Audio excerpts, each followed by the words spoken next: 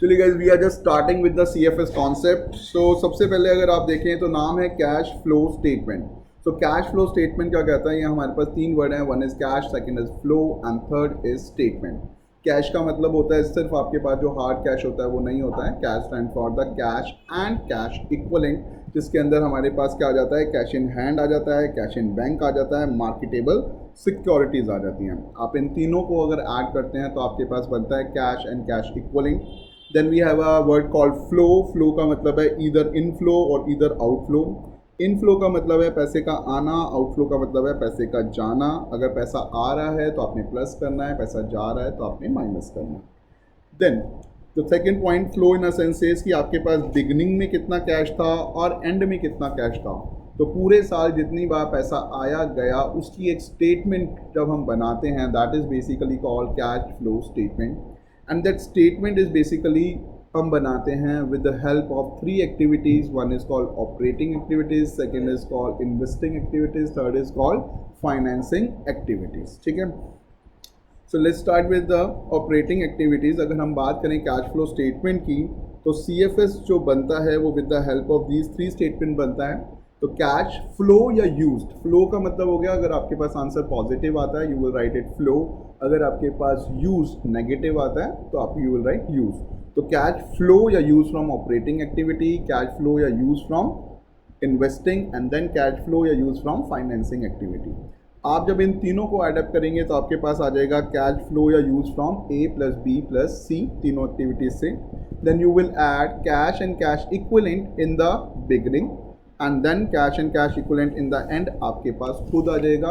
एक लौता ऐसा चैप्टर है जिसका आंसर दिया होता है, मिसिंग वाला क्वेश्चन नहीं आता। अगर मिसिंग वैल्यू वो एक अलग बात है, नॉर्मल क्वेश्चन अगर आपको आता है तो आंसर गिवन होता है।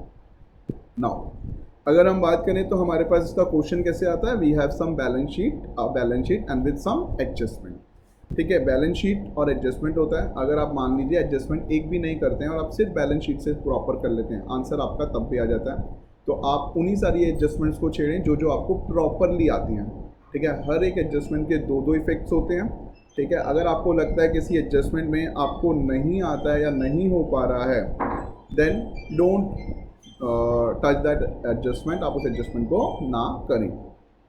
ओके, अगर आपको पूछा जाता है कि सीएफएस कौन से अकाउंटिंग स्टैंडर्ड को डील करता है तो ये अकाउंटिंग स्टैंडर्ड 3 को डील करता है। आप याद रखेंगे अगर आपको कोई 1 मार्कर में आ जाता है तो। आगे अगर हम बात करें तो this is a kind of question जो आपको पाएगा वर्टिकल फॉर्मेट में। आपको बैलेंस शीट आएगी जो आपने पहले याद की हुई है, इक्विटीज एंड लाइबिलिटीज़ जिनके अंदर share holder fund, non current liabilities and current liabilities रहेगा, असेट्स के अंदर एनसीए एंड सीए रहेगा।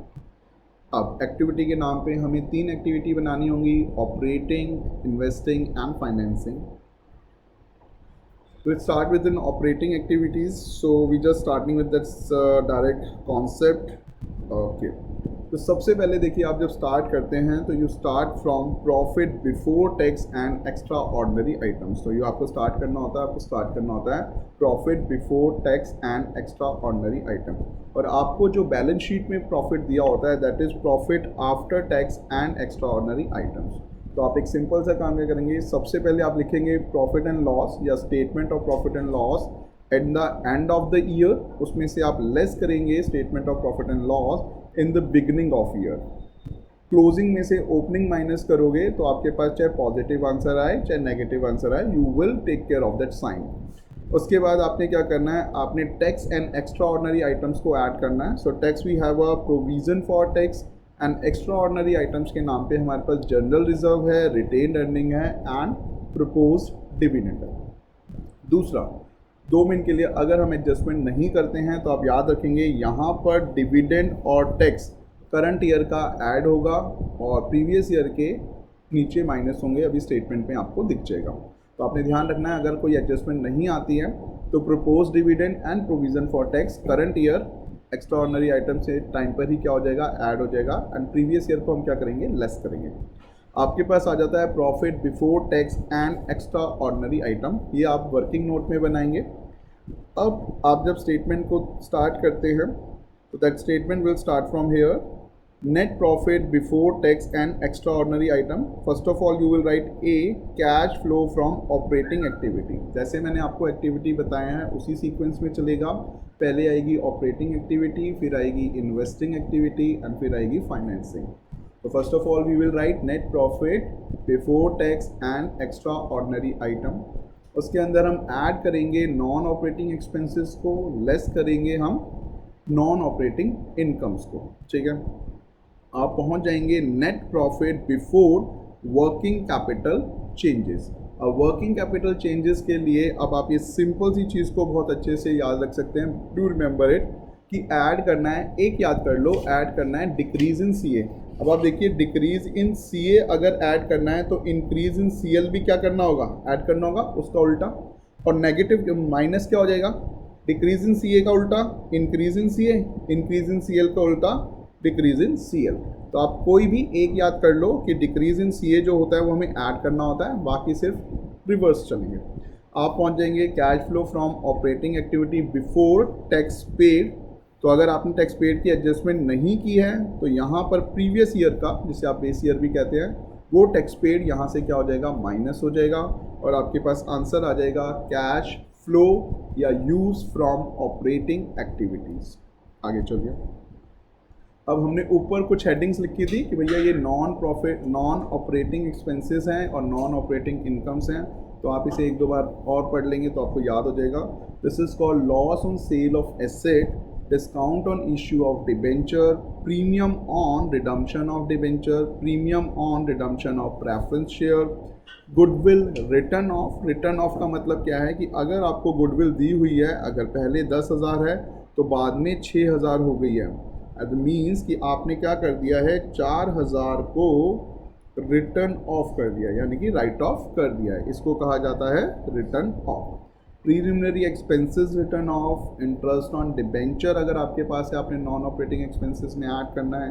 इंटरेस्ट ऑन बोरिंग्स है, अंडर राइटिंग कमीशन है, डेप्रिसिएशन ऑन फिक्स एसेट्स. इनमें से ही कोई एक आधा आपको आएगा तो वो आ जाए non operating and non cash expenses हैं, आपने ऐड कर देने हैं. अपार्ट फ्रॉम दैट हमारे पास नॉन ऑपरेटिंग इनकम्स भी होती हैं जिनको हमें क्या करना होता है, लेस करना होता है. And those are rent received, interest received, dividend received, profit on sale of asset. ठीक है, दीज आर द थिंग्स जो आप क्या करनी है, लेस करनी है. सो ये सारी चीज़ें करने के बाद आपकी फर्स्ट एक्टिविटी ओके हो गई. Now we are just moving to the next activity जिसे हम लोग कहते हैं इन्वेस्टिंग एक्टिविटी. सो अगर हम इन्वेस्टिंग एक्टिविटी के ऊपर आए,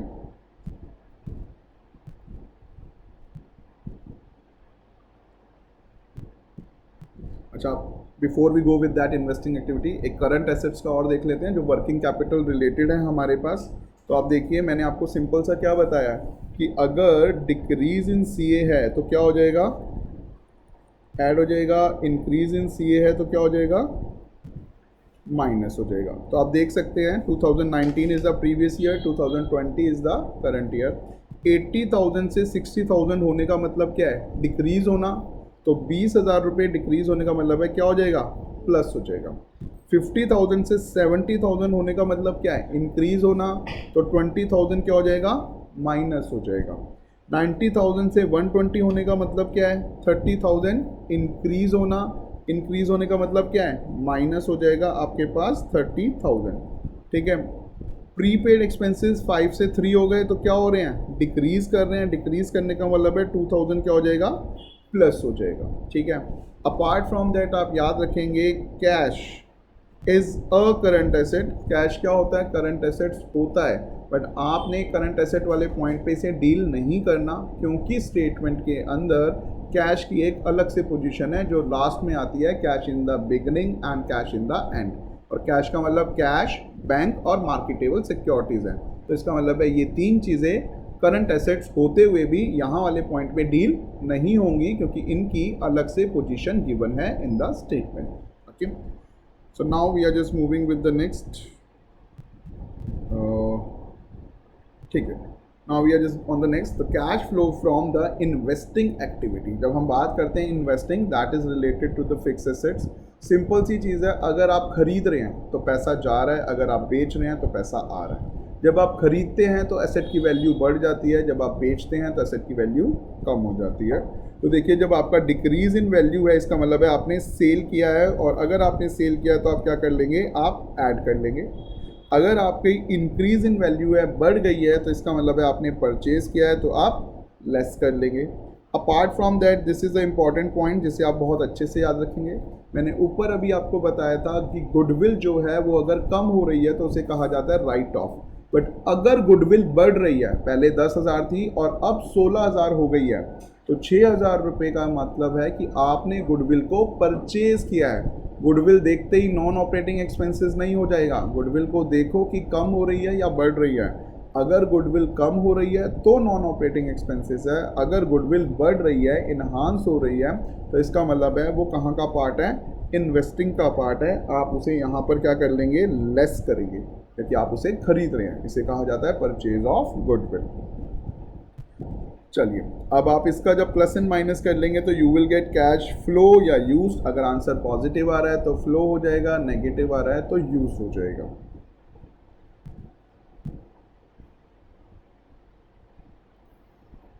देख सकते हैं, आपको मैं एक बार ये दिखा देता हूँ। देखिए जैसे गुडविल जो है 10,000 से 50,000 हो गई, इसका मतलब है ये बढ़ गई ना, आपने इसे खरीदा है, परचेज हो गया, तो ये कहाँ का पार्ट हो जाएगा, इन्वेस्टिंग का पार्ट हो जाएगा। बट यही चीज़ आप गुडविल देखो 20 से 0 हो गया, इसका मतलब ये राइट ऑफ हो गया है, तो ये कहाँ का पार्ट हो जाएगा, नॉन ऑपरेटिंग एक्सपेंसेस का पार्ट हो जाएगा। Be remember it, okay. Goodwill 50 to 60 10,000 investing part, 90 to 30 60 operating activities में, नॉन ऑपरेटिंग एक्सपेंसेस में जाकर क्या हो जाएगा, ऐड हो जाएगा। लीजिए guys, now we just come to the financing part. Financing part का मतलब है कि पैसे का आना या जाना, और पैसा जो आता है या तो अपना पैसा या बाहर का पैसा। अपना पैसा शेयर से, बाहर का पैसा डिबेंचर्स और लोन से आता है। सिंपल सी चीज़ है, अगर ये चीज़ें बढ़ रही हैं तो दैट मीन्स पैसा आ रहा है, आपका इनफ्लो है, आपने प्लस कर लेना है।